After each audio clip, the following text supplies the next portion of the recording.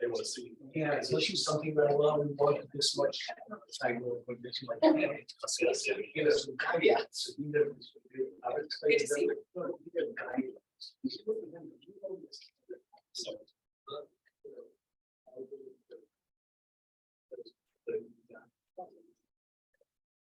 but the guideline that you give people, yes, the consultant, yes, no.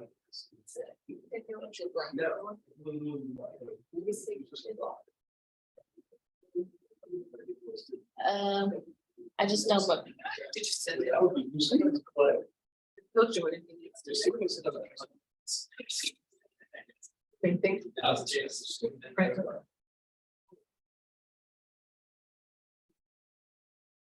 So it's expectations.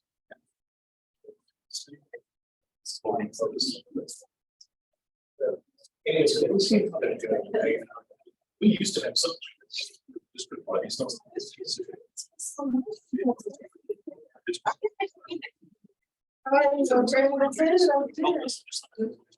Yeah, that's it. It's actually more.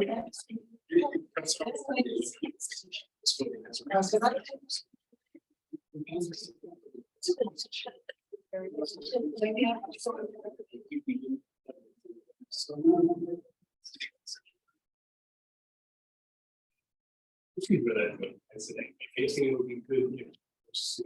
There are a bunch of guidelines. It's for the morning.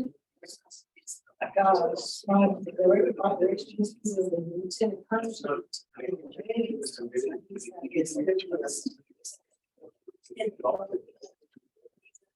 Sessions,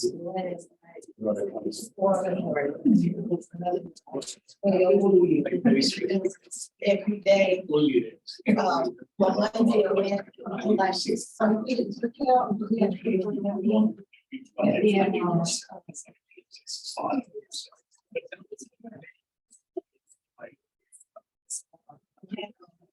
see the conversation long, 40 miles in the morning.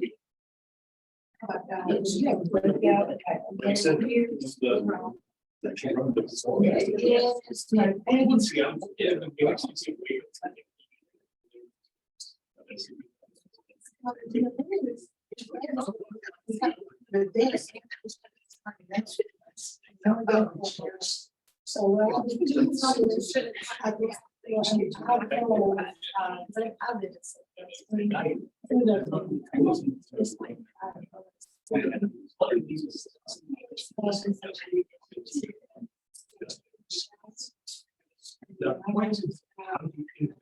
That's what you're just telling me, like.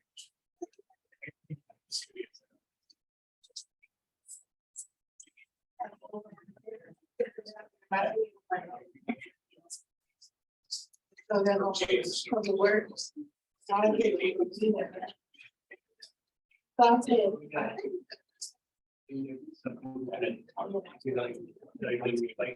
That's what you get.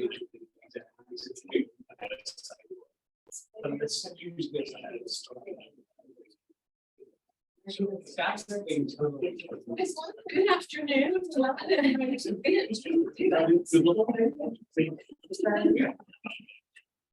Then I saw what.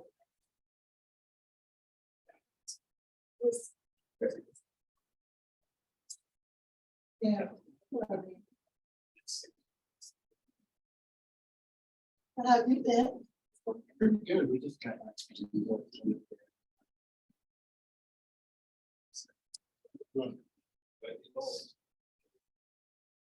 Yeah, I've been there. That's what I'm saying. This is late. Yeah.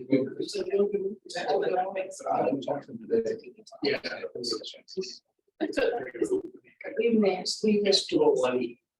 And we give everybody 5 miles.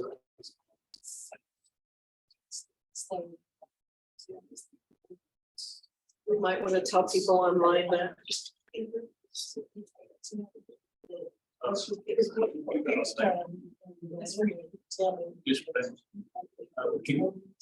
Can you hear you? Yes. Can you? Frank, we're going to give everybody about 5 more minutes. It's been raining, so, and we only have 1, 2, 3, 4, 5, 6 people.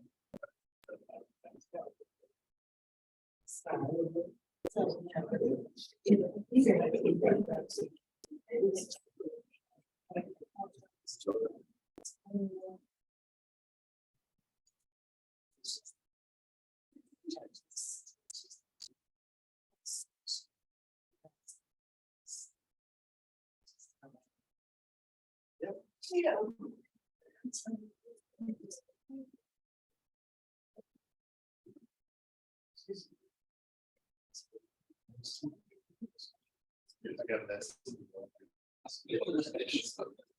We knew those.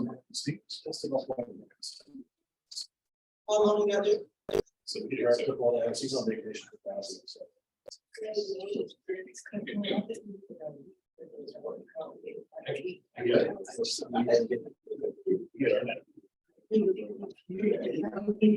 Station, yeah, I'm terrible. So, yeah, did you see some? So when's the party today? So we're gonna get some. The two of them. This one is being sold. And we'll say.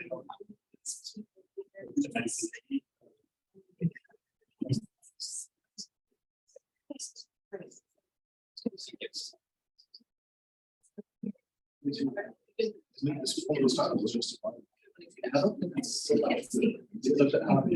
Yeah, I know. It's kind of like when we went to Seattle.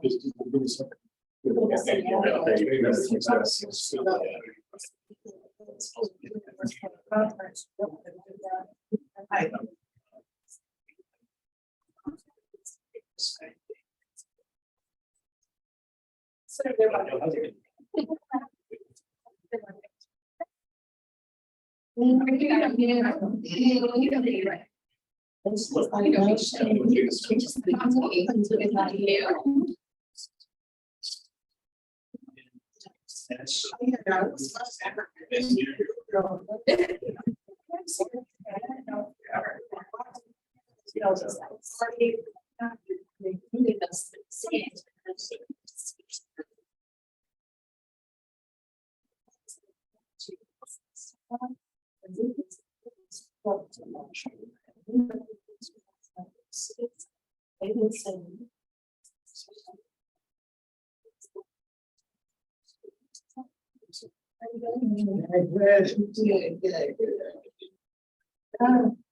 I'm gonna send you my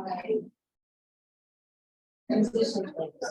You can take up there, I just sent it to you today. No, you're so, I don't know, I think it's next Thursday. That's scary. So I don't know, you guys are. I'm actually. And so I'm gonna send it to you.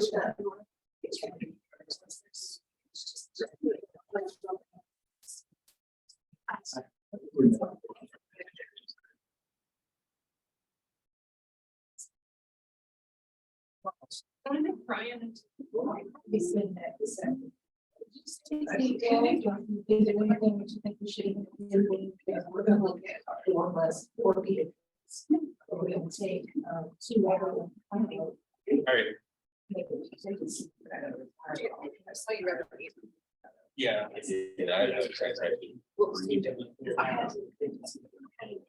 We could get started.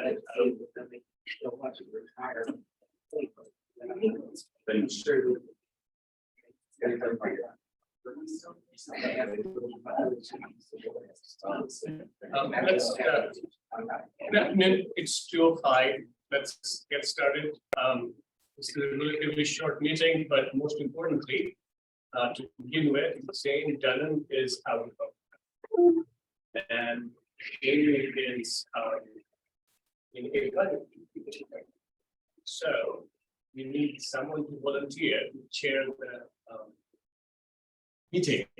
And I think we have one council member in this room here. And you're looking right at me, I guess.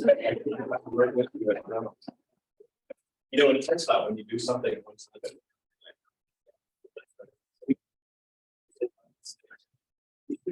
Thank you. You're welcome. So I will go ahead and make a motion to request Brenton to chair the committee. And if anyone has any objection, please let us know. Otherwise, all in favor, say aye. Thank you, Chris. That's good. No nays, they didn't get a chance for anyone? All right, so I guess we will, do we have a quorum first? I guess we do. We do not, do we?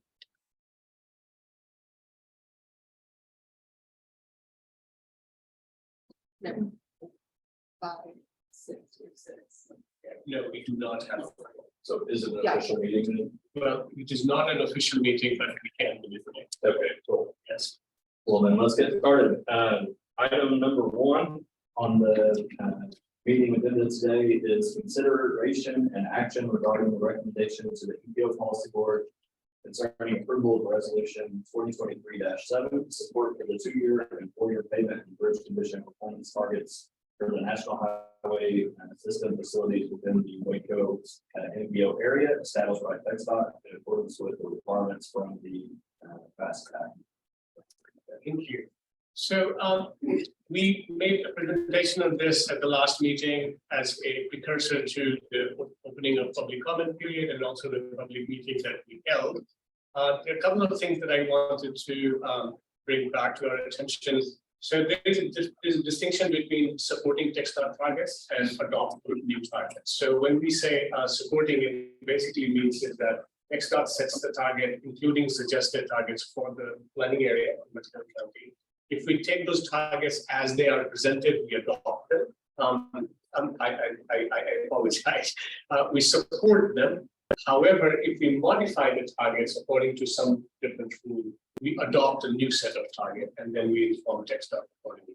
In this particular case, what we're discussing today, we believe that in our analysis, all the targets that are presented by TxDOT from Mexico County, they're good for us to support as they are. And therefore, our recommendation is going to be support. But as a background, we always define the state of good repair in order to ensure the safety of the traveling public, which also helps us in our transportation asset management process with preservation and maintenance work, as well as operations life cycle cost and how operation life cycle management for all of our targets. And in many ways, as we go to the targets and the current status, we'll notice that by engaging in some asset management practices, we actually have been able to maintain our transportation stock quite well. And our pavement and bridge conditions are generally in much better shape than what we generally in the case. It is data-driven, performance-based, so TAC made this decision for all the NPOs to adopt these set of 4 targets for non-TMA, and this is one of the targets that we use. And it requires us then to implement cost-effective improvements whenever they're needed for the conditions that we use. Next slide. So this is these are the assets we typically pay attention to. The most important one is the I-35, which is the only interstate section in our transportation management area, our planning area. We're not a TMA. For the non-interstate sections, US 70 sections that are within our county, for US 37, US 84, State Highway 631, Loop 340, and 40. Those are all the ones that we pay attention to. And McLennan County and our planning area are coincident. They're one and the same.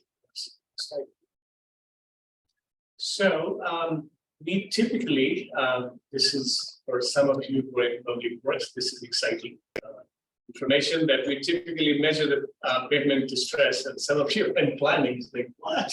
They really talk about rot occurrence and surface deterioration for cracking, patching, failures. But most important point is that TxDOT creates a composite score for all the pavement and bridges, and the scores range from 1 as the worst condition and 100 as the best condition. And anything that is less than 50 is considered poor. 50 to 69 is fair, and 70 is good. And we typically set our targets for what percentage is supposed to be good and what percentage is supposed to is poor. That's how we set the targets. Next. On bridge condition, we typically look at the 3 sections: bridge deck, superstructure, and the substructure, the culvert condition. And in that case, we go from 0 to 9, 9 meaning best, and poor is defined as anything less than 4, and good is defined as higher than 7, in between is fair. Good means essentially no sign, a very minor sign of deterioration. Fair means that it is starting to get on our radar, that we need to do something about it. And poor is typically something that we very serious condition. We need to do something about it yesterday. Next slide. So for current performance period that we are considering today is from 2022 to 2025 assessment that we did has informed our targets that we've seen. It was set in December 2022 and it is pending federal high administration's review.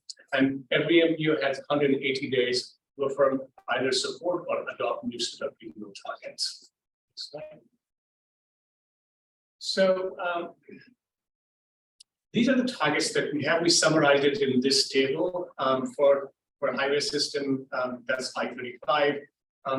Baseline is 64.5%, 2-year target. We expect the good condition percentage to be 63.9. For 4 years, 63.6. And for Waco area, our current condition is 60.9. For poor, we expect it to be up to 4.5%. And part of it is related to the I-35C portion of it that we discussing. So since these targets are there, that portion of the project is no expectation of that being completed, and that's one reason why we expect the poor percentage in this period to go up, but take care of the subsequent period. Non-NHS, we expect 38.5%. That is the currently in good condition, and we expect it to be 45.5% for the year and the target. For non-NHS, the poor currently is 0.7%, and we expect it to be at 1.5%. For bridges, we expect 47.3% of the bridges are in good condition at the moment, and our targets are 48.5% for both year and full year. And the poor percentage we expect it to decline to 1.5%, which again are excellent targets. Next slide. So the takeaways from here is really from 60.9%, we expect it to be 63.6% in good condition. That's I-35. The poor portion, we expect it to decline from 4.5 to 0.2. And for non-NHS, we expect the good condition to go up to 46%, non-NHS to be at 1.5%. That's the target. In this particular case, anything that is toward the bottom of the graph is the one is poor, and what is above, the yellow ones are fair condition, and the green ones are good condition. And for us, 47.3% are in good condition, 3.2% poor, and close to 0.0% of the highway system bridges are in condition, none of them. And for the good condition, the targets are 47.6, and the poor condition target is 1.5%, which again is fairly reasonable. Next. So the takeaways for this is again that about 50%, half of the bridges in Waco area are in good condition. 3% of them are in poor condition. None of the national highway system bridges, I-35 bridges, is considered poor at the moment, and we expect the target, expect us to meet the target for the current performance period. So we conducted the public comment period between March 20th to March 29. We also conducted a public meeting on March 20th with the same information. We recorded and posted it on the website, and comments were received from 20th to 29th. And comments could be made from the website, email, Facebook, and we did not receive any comments. So our next slide. So since we do not have a quorum, we cannot vote on it. However, we can still deliberate what the options are. We'll present our deliberation to the policy board for their decision at the next meeting. Policy board will make the decision. Can you go to the next slide? Yeah, so the TAC recommendation, then we conduct a public hearing.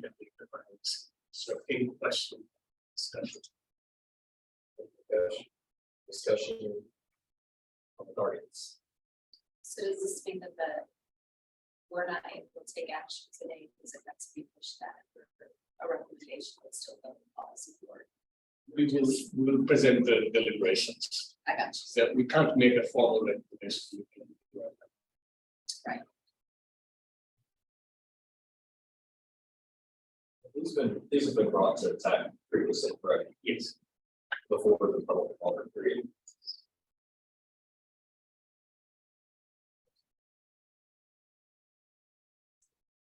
Can't vote, I guess, if there's no discussion. We can move to number 2, which is review, discussion, and action regarding a recommendation policy board concerning acceptance of the Safe Streets for All grant and authorizing the MPO director to execute all grant agreements. So we have talked about this for a while, that we support the Vision Zero that TxDOT has adopted for safety purposes. There are 2 simultaneous things that are happening.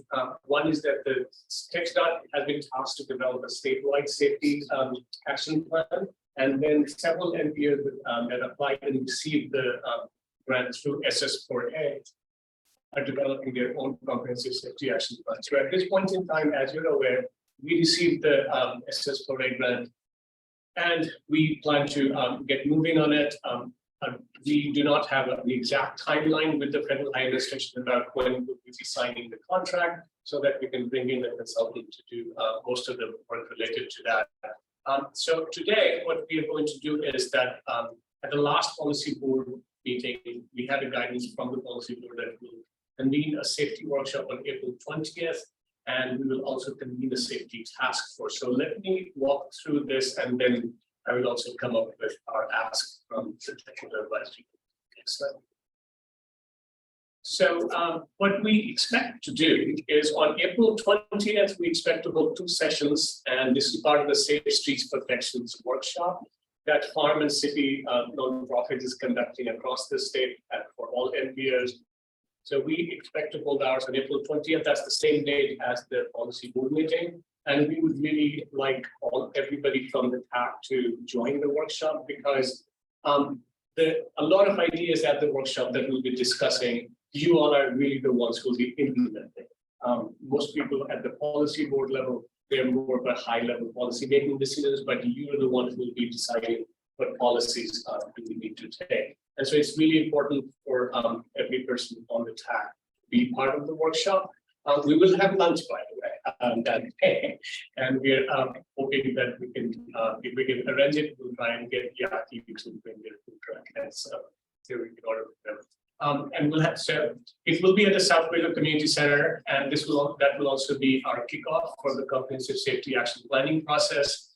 And so the way we are planning to do this is that the first session will be 9 to 12, then we'll have lunch from 12 to 1. At 1 o'clock, we'll reconvene for the second session, but then break away for the policy board. And so the policy board meeting that day also, we're expecting it to be last less than an hour, and then we'll get back to the workshop. From the policy board, we have invited everybody on the policy board to join the workshop as well. So, but since a lot of them are political officers, they will have difficult time committing themselves the entire time. So we'll see how many of them. It is open to the public. Next. So these are the objectives for the workshop, and I know that a lot of you have been associated with some safety-related activity, but when the Federal Highway Administration prioritized a safe systems approach to safety, it actually opened up a lot of avenue for us to be implementing policies that earlier would have had really difficult time getting it. And since Federal Highway Administration has taken the lead on it, and TxDOT has been very aggressively supporting the Road to Zero program, it's much easier for us to be taking some of these actions. So you can see the objectives are very similar to trying to get all the decision-making bodies to start supporting and making choices that promote safety in different ways. Next slide. So part of this is, so this is where we are. So for the action plan grant, we applied for the action plan grant, we received it, we'll develop the comprehensive safety action plan. And based on the safety policies that we make from the workshop, as well as what we're expecting is that every city will be applying for several implementation alerts and receive them and actually start applying these grants. So the way it's going to end up working is that we will have at least one consultant, if not more, develop several projects as part of the comprehensive safety action plan. But your familiarity with the workshop is going to drive them into actually devising what projects are going to be included, discussed in the safety action plan. So that's another reason why this workshop is so important, so that all of your ideas can actually go into the comprehensive safety action plan as thoroughly and as precisely as possible. Because our goal ultimately from the comprehensive safety action plan is to be able to produce a series of fairly well-defined projects that we can start applying. Next. Again, the desired outcomes, you can see it that it is going to be fully comprehensive with traffic safety, public health, schools, bike, water, community, neighborhood association, planning, engineering, emergency service provider, law enforcement, communication providers, all of them will be part of that. In terms of outcome, these are obviously slightly longer term outcome, but our goal, even though it is focused on net zero, but we also expected to demonstrate our commitment to safety over a long time and ensuring that alignment and coordination do happen, and we also have to protect the scale most of the time. Next slide. So for us, it's really so policy board needs to make a formal decision in allowing me to execute all the grant related agreements, as well as getting us to start working on the comprehensive safety action. So that's all I have, and since again we do not have a forum, we cannot make a formal decision, but any question, discussion, suggestion that you bring up, we will present it to the board.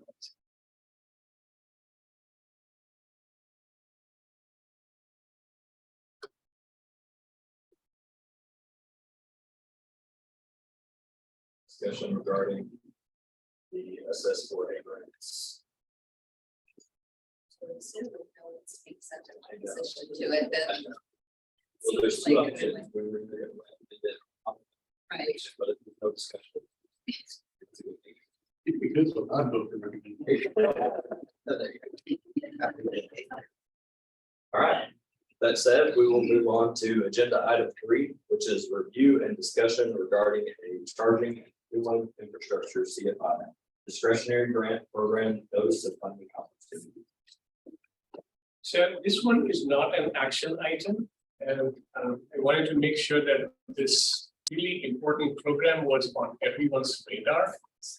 So all of you are familiar with the NEVI planning process, and we will be getting back into the NEVI planning process in after November. Actually, November is the target date that TxDOT has for completing the alternative fuel corridor planning process and or implementation process. And that's when we'll get into non-interstate or non-alternative fuel corridor areas. This program is a complement. So what it does is that instead of focusing on areas that the state prioritizes, this one focuses on areas or locations that the locality itself prioritizes. And we'll talk about some of the differences, but the NOFO is out at the moment, and using this funding opportunity, we can apply for grants to support not just the electric vehicle charging stations, but also hydrogen fuel cell refueling stations, propane, natural gas, and also it does expect us to integrate with smart transportation system, and this was also part of the infrastructure bill. Next slide. So our goal is, again, to clean transportation technology and how quickly do we adopt them. And this is also not directly related to carbon reduction program, but the expectation, again, is to reduce the transportation-related emissions. And another very important part is that in the NEVI plan, originally the idea was to simply ensure that there are adequate infrastructure for charging locations on fuel corridors. But now we are using this program to make sure that some of the underserved and overburdened communities also receive the benefits of federal funding for these.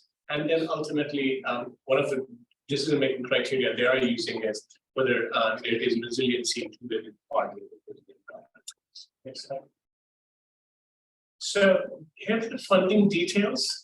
There is no suggestion or recommendation on whether we want level 2 chargers or level 3 or the fast charging. There is no, so you can come up with a combination of level 2 and level 3 charging. stations. Level ones are for residential purposes. And $700 million in the first round, and we expect it to go on for the next 3 to 4 years at least.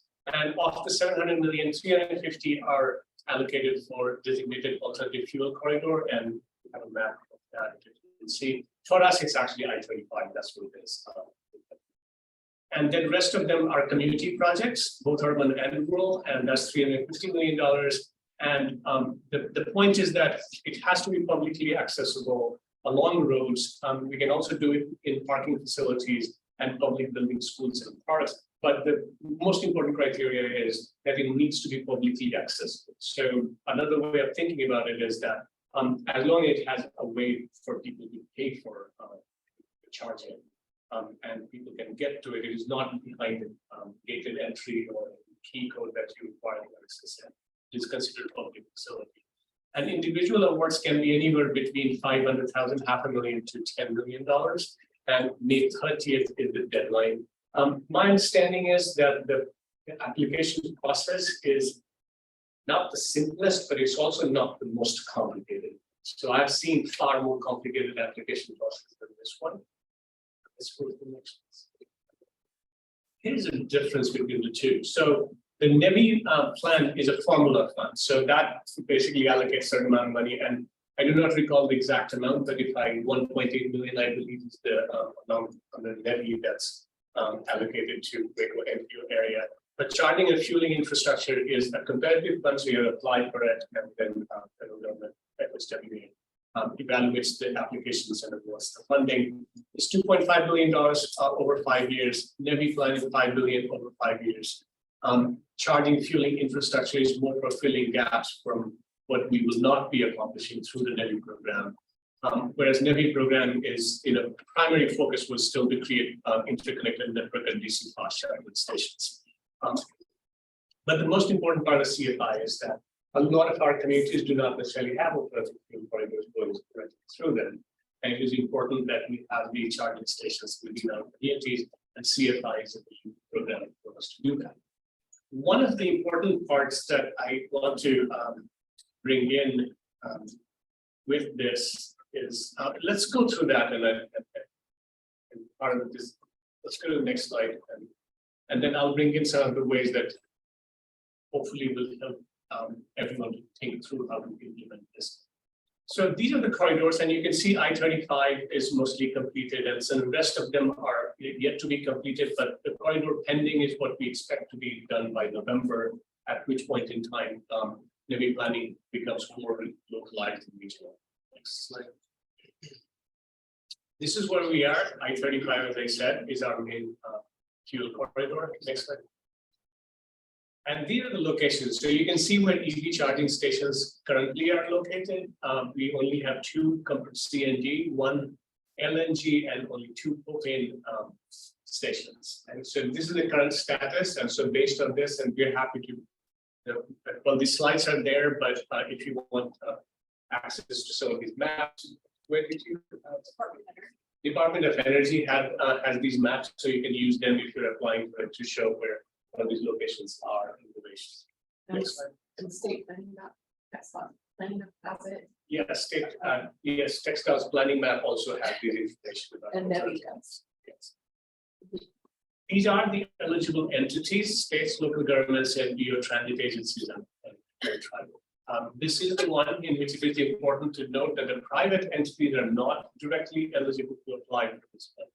What this effectively means, this is what I really want to get at, is that some of the cities have already started receiving inquiries from private developers asking whether there is a rebate program that the city has or not. And as far as we know, none of the cities in our planning area has a specific rebate program. But this is a really good opportunity to, in fact, get some of the developers who are interested in installing them into making an application so that you can get into a contract with them pending the federal approval of this. And that way they can also come up with the 20% local match that is expected to be part of this program. So the best solution here is for cities to apply for the grant and then get into a contract with the private developers or whoever it is, private entity, does not even have to be a developer. It could be a business owner, it could be, so some of the private charging facility infrastructure, people who offer charging stations, they have already independently started getting into contract with private businesses to install these. So these businesses obviously would be very happy to collaborate with the city into installing some of these charging stations. The city can combine all of these. So for instance, let's suppose you have 10 different entities that want to install them. You can put all of them, their estimated needs, and put it all together into a single project, and then apply for it for the funding through this, in which then the 20% match is going to get covered from the private entities that the city contracts with. Those are the collaboration partnerships that they're encouraging, and you can see again that multiple stakeholders are encouraged, and they do emphasize public-private partnership in this case. Now, the item that I wanted to bring to your attention is that at this point in time, there are several cities that have been proactive in making passing some regulations. So for instance, City of Dallas already has ordinances in place so that they require some of the multi-dwelling unit developers to put certain number of public facing or putting a certain number of charging stations. What they are doing is they're saying that if you're going to go through some of these programs, then you need to, it needs to be publicly accessible. But if you want to do it on your own, then you can keep it behind your gate. So that typically comes up with multiple dwelling developments quite a bit, that whether the charging stations can be behind the gate and in front of the gate and outside the gate. And that's really important to note that if we're receiving any federal funding, it needs to be outside the gate, cannot be behind the gate. It needs to be publicly accessible. But what is interesting is that I believe, I have not confirmed it yet, but City of Austin has started a rebate program for charging stations, and I have no position on whether a city wants to offer a rebate program or not. But to consider doing it as a combination, in combination with some of these applications, would be a very useful thing to do. Next slide.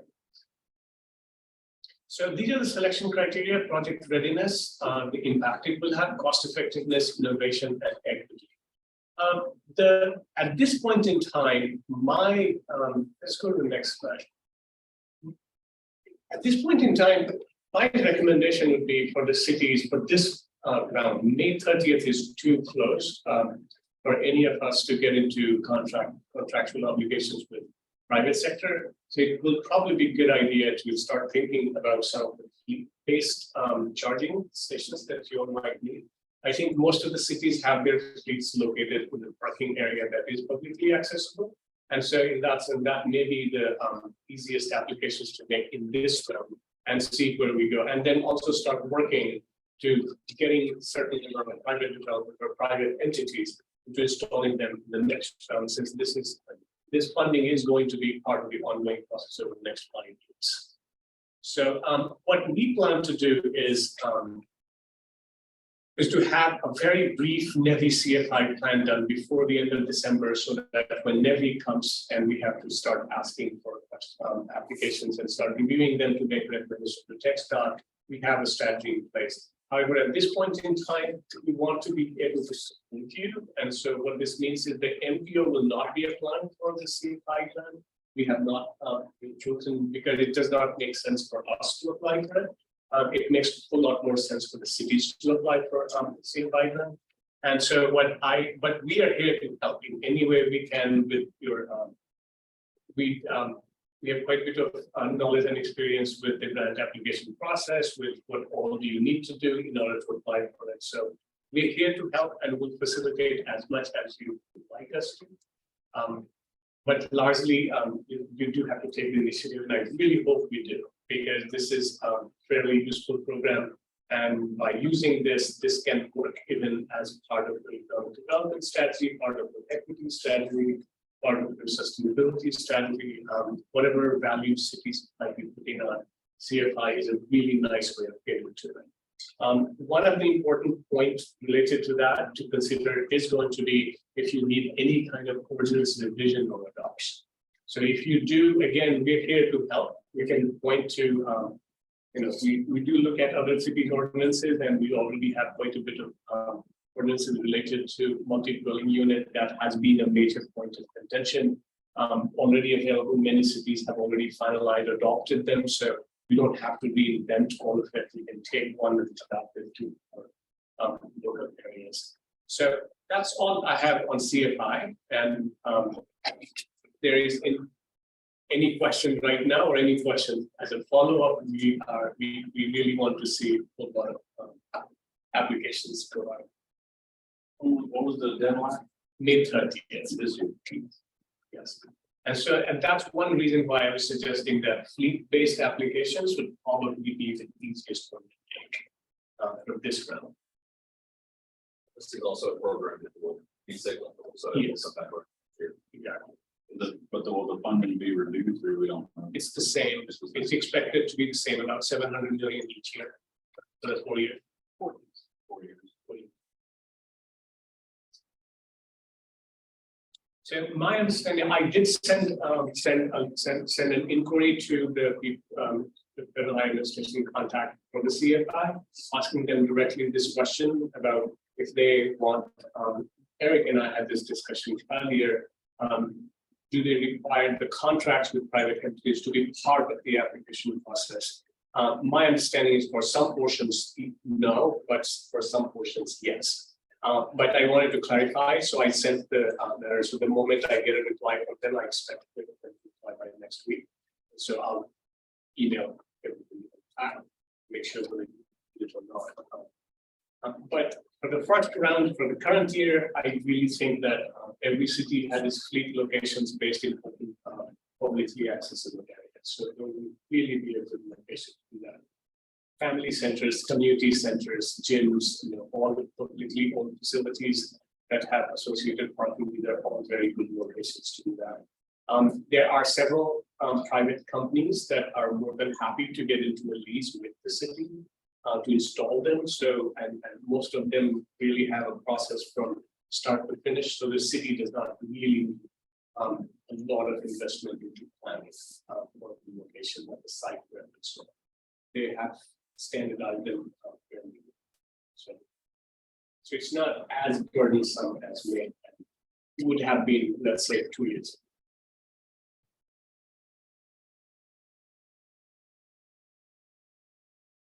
Thank you, Mikesh. Any other questions or discussions on that? Hearing none, we will move to agenda item number 4, update and discussion regarding the carbon reduction program call for proposals. So the only update I have on this is that application available online. May 1 is the deadline, so we are coming very close to it. We have already discussed how we will do the overviews. Next slide, please. And project evaluation period will be May 4th through May 19th. So everyone who is on the project evaluation period is going to be evaluating them during May 4th to May 19th. We'll announce during the June 1 meeting of the TAC the preliminary selections, and then the selected proposals will then go to a 30-day public comment period in June, July 2023. And so we will we'll present it to the policy board at the June meeting itself, but the formal adoption can't be made until we have completed the 30-day public comment period. So the formal adoption of the projects will end up being later, but we will know the projects that we are recommending by June. Next. So sorry, I was distracted. So the composition of the evaluation is the 3 members from the TAC plus 2 alternate, 1 member from BikeTed, 1 member from Eric from Waco Office of Resilience and Sustainability, and 1 member from TxDOT Waco District TP. We have not finalized who all we will be serving on that, but we have that. So for carbon reduction program, we have 1 application so far, and we really like to see a lot more than that. So yes, please. Whenever we intentionally kept the application process as simple as possible. There are several questions to answer. None of them require a lot of detail, and you can use a basic Google map to identify the location. And so the requirements are relatively, so it's not burdensome at all. So please submit the projects as we can think of. That's all I had on that. So carbon reduction, I just want to make sure everybody knows that this can be used for one system and off system. Yes, yes. So it is for, so it's not just for the on system, which you talk about any of the local projects, they're all eligible for this. And, oh, thank you for pointing that. One of the item related to this, I want to make sure that that early on, we have been talking only about $550,000 in the original allocation. But the another source of funding through TxDOT, and that's additional a little over $2 million for this year, and then it will be $700,000 for additional for each year over the next 4 years, and so it's actually a significant amount of money over the next 5 years or so. So we actually have almost close to $7 million that we can get through this carbon reduction program. So it's a good chunk of money. Early on, we were thinking about 500,000 would barely make 1 mile of sidewalk, and with 7 million though, we can actually do quite a bit. And so we do have significant amount of resources, and so let's put it to best use. Thank you, Vikesh. Any other questions about the carbon reduction program? With that, we'll move to agenda item number 5, discussion and updates from Texas Department of Transportation regarding significant highway construction within the Waco metropolitan area. Yeah. So Waco Drive, the bulk of the work left on this job is signals. We've actually had some decent progress this week. We've got roughly a third of the new services in place, so we'll start cutting over to the new signals beginning next week. Probably 2 to 3 weeks after that, the next third should be ready to go. And hopefully in that same kind of 2 to 3 week chunk, the following third is ready to go. So assuming that all holds to schedule, you're probably looking at that late spring is more likely early summer, the June timeframe to get wrapped up. But again, you should start seeing some significant progress in the next week with the customers. State Highway 31 still on pace to be completed this fall, continuing to work on the new mainline bridges and the embankment. Still looking at opening sometime late this month into early May, and then continuing the widening work along 939 down to the south. Was able to get an overhead shot of this project, so just for reference, when you can see the 2 mainline bridges, the new concrete intersection down below, and then the top of the page is the 939 widening. So you're kind of upside down here up the south. So, Spring Valley widening, again, all traffic has been moved over to the temporary detour on the west side of the roadway, working on flex space and new pavement, primarily from Old Temple up to Sun Valley, the north half of the project. From Old Temple back to Hewitt Drive, contractors continuing to remove that old pavement, then getting ready to put in permanent drainage elements. Still on track to that fall completion next year. Mall continues to make good progress. So since we last met, we made a main lane traffic switch on the westbound or in the westbound direction. So they're on the Beverly exit. Tell you what, go ahead with the next slide. We'll walk through any photos. So here's the Bagby intersection. So again, you can see both the new U-turn bridges. The one on the right-hand side of the page is currently open traffic. Bottom of the page is the CEFCO. So if you go to the next page, you can see here at the Beverly exit, this is where we've taken traffic off the old main lane pavement, moved them to the new frontage road, headed towards US 84. Next slide. This goes down to the new Beverly overpass. So again, we've started removing the old westbound pavement. Eastbound will make a similar switch to this potentially by the end of April, more likely early May. So we just a mirror image on the other side of the roadway. That'll allow us to complete the removals in the middle and start on the two new wider bridges over the railroad tracks. Moving towards the industrial and imperial area. Here you can see where traffic is being detoured back onto the existing prior to the US 84 intersection. One thing to note, we'll have a pretty significant closure of the imperial intersection likely early May. Will be closed for approximately 2 weeks to get in and rebuild that intersection with. So we'll get messaging out as soon as we have a date set, but that will be a fairly impactful closure. Here you can see the new beam set at the two frontage road bridges closest to 84. Could potentially pour the first bridge late this month, but again, likely early May, get it poured, with both being open to traffic in the June, July timeframe. Again, that'll allow us to get to the mainland bridges here closest to 8. Interstate 35 project that is nearing the end finally. Walk through all the photos. Here's the southern end of the job. You can see the tie-in from new pavement to existing, just a lot of general cleanup in this area going on right now. 11th and 12th Street, this intersection is fully open to traffic since we last met, where you can see the east tie-in. Here's the west tie-in, which again is now open to traffic. Moving up to 4th and 5th, here's the east side of the interstate. And the bulk of this work is done with just a little bit of finished work with some sidewalk and flat work and landscape. West side of the roadway, there's been significant progress on the 5th Street connection since our last meeting. All lanes are open to traffic on 5th Street. 5th Street.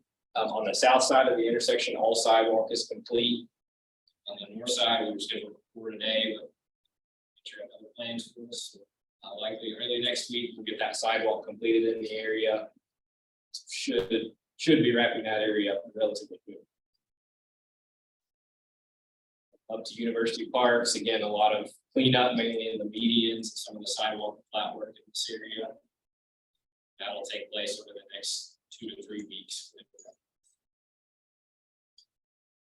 Brazos River, this kind of gives you an overhead view. We talked a lot about the retaining wall work ongoing. You can see kind of the zigzag lines in between the bridges.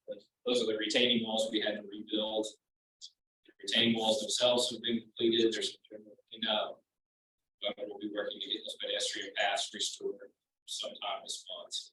Prior to May, you should have at least one connection on the south bank, and then the sidewalk put back on the other side. Again, here's just another shot looking back to the Brazos River from MLK. MLK primary work here is getting all those brick pavers in on the under the bridge abutments. Expect that work to actually be wrapped up next week. Some general cleanup. This intersection will be wrapped up as well. Business 77 looking to the east. Again, primarily cleanup and punch list here. A little bit of flat work to do with concrete. Block stop, that kind of stuff. Similar story on the west side, looking to final configuration traffic wise, just clean up a bunch of list items. 84 is the same way. You can see the eastern tie-in. Block sod and cleanup to be done here as well, but get traffic into its final location. The west half of the same intersection. Here's just an overhead shot of Barron Circle, and this one's just got some general cleanup, but it's basically wrapped up as well. And then here's a shot of the 340 intersection. Weber will actually be moving in next week to get a lot of the median work completed there, whether it's temporary pavement. So you should see that area starts getting cleaned back up for the next couple of weeks. Questions?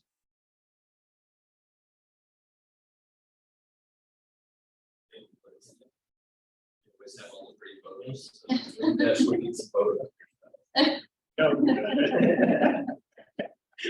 All right, if there's no questions for Clayton, we'll move on to item 6, which is work group updates. We do not have any new updates from bike pedestrian work group. The most important item was mentioned, the connected automated vehicle work group will be convening of April 19. I know that Eric has agreed to be part of this, so as Serena, and if anyone else who wants to be participating in that group, please let us know so that we're about to set the agenda and such. We meet at Bitty and Bruce. That's done. Right. Yeah. Okay, so we'll meet at meeting booth. So if you will be sending out a mass email again, making it out. So please do join us for that because connected automatically will play on next MTP development process. Now next MTP process will start, has already started in the background, but will be publicly conducting a lot of discussions, meetings starting sometime in September of this year. And so connected automatically that is going to be quite strong. Next slide.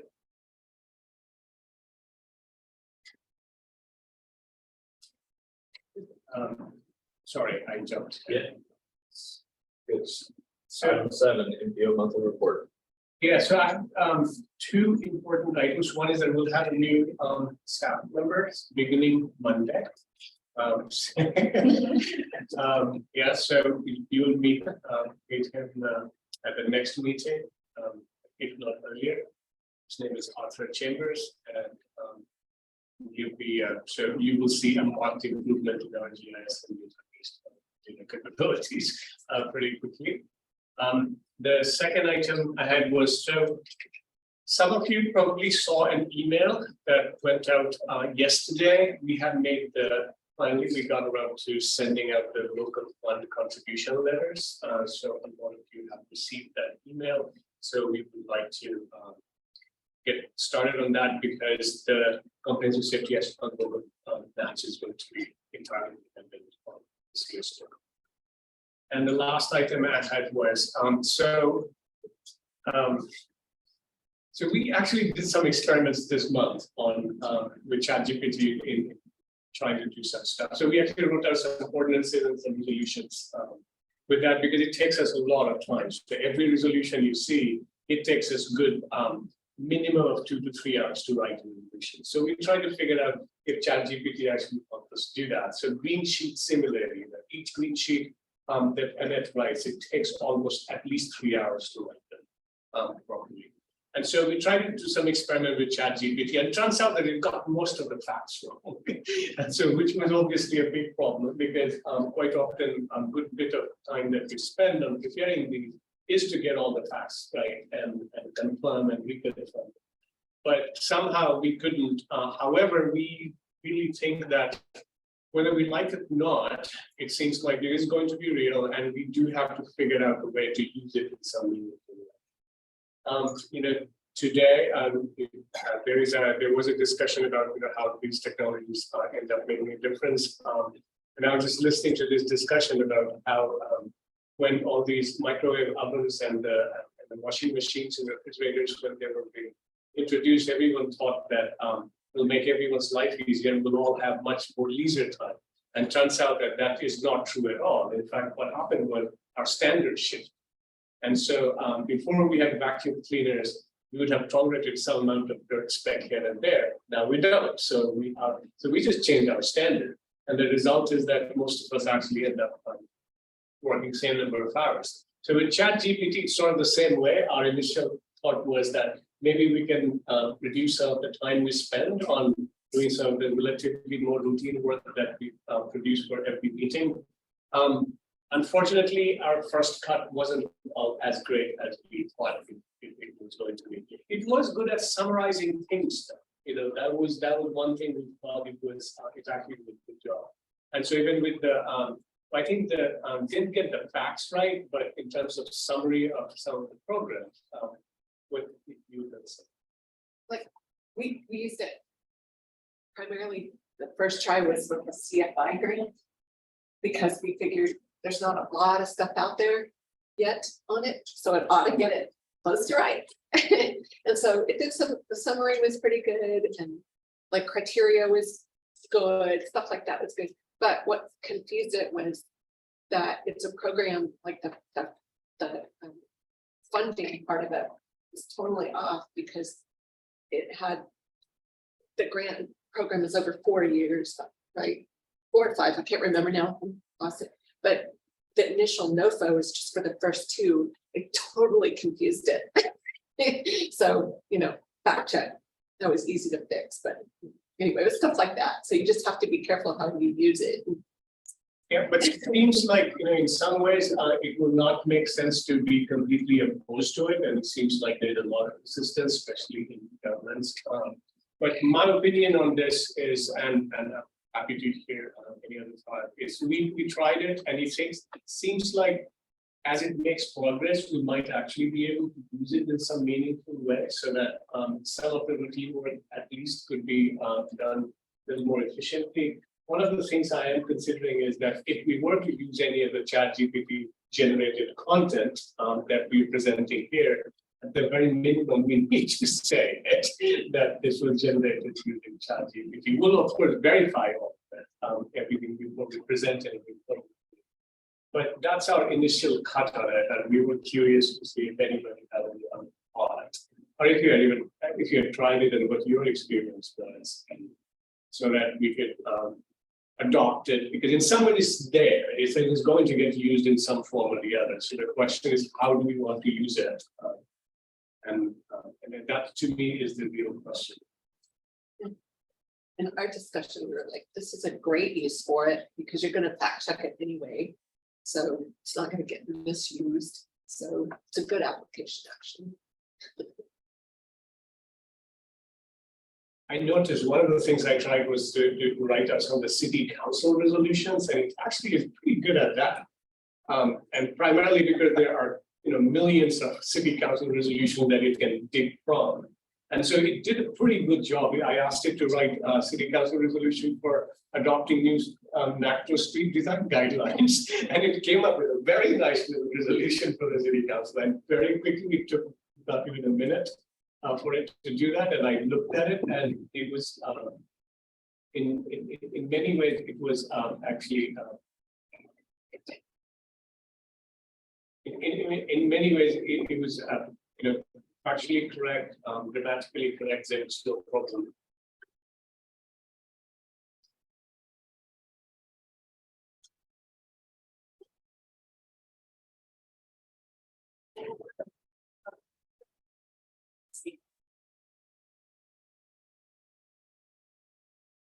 So yeah, that has been our first experience so far with ChatGPT, and that's something at the minimum. That's what we'll do. That if we, well, unless there is a presented the policy board as well, and so unless we get specific that we will run the policy board to start using part of it, we will not use it. But if we do, and then at the minimum, we'll make sure that it's written that is confident to generate it. Any of those thoughts? So what you're saying is nothing can replace it. That's what I heard. Well, I mean, and that sort of gets to the point that every new technology, we always thought that it's going to replace somebody, right? And in reality, none of it has replaced anyone. And so we just shift the standard, and that's what we have been doing. So we thought the vacuum cleaner would save us a lot of time, or so dishwashers and refrigerators. It doesn't. We just change our standards. And so with ChatGPT, similarly, I think the more reasonable conversation is not so much as, I know there's a lot of anxiety, especially among the coders, software engineers, that this is going to replace them significantly. But I think that the larger question still needs to be, how do we plan to use it? And do we have some ways to ensuring that, how do we plan to do the fact check? Because sometimes ChatGPT is pretty well known for coming up with very plausible numbers that actually make, on the face, they seem like they must be the right numbers. So how do we make sure that we have the fact checking as part of our routine accountability and stuff? And then on top of it, we also need to ask if we're going to start shifting standards. So that's the other one. So what we do right now, for instance, will our expectations suddenly shift to something different? And that's an organizational policy decision rather than a technical technology decision. And so so we do expect policy board to sort of weigh in on it. But if you have any thought, we're trying to figure out what might be the best way to approach it. Last item on the agenda is. So we have a public meeting scheduled regarding US 84 from Northview Drive to Lake Air Drive, and that will be on Tuesday, April 19th from 4:30 to 6:30 at Spring Hill Suites in Woodway. Most of you who have been attending that meeting, it's the same location, right? Yeah, it's exactly the same location, so that's where we'll be on April 19th. Next TAC meeting will be May 4th. Next bike pedestrian work group is on May 17th. But the earliest one is April 19th for connected automated vehicle work group. We do have several people who have direct experience with charging stations and such, including the Ford dealership. Who will be there at that meeting, because that we have to make some very serious decisions. Connected automated vehicle, the reason why I keep going back to this is because a lot of their recommendations will find its way into the MTP call for proposal and the project selection and evaluation criteria. And so this work group is really going to shape what ends up going into our next MTP. And the last thing is any agenda item, which is a meeting that you may have, please.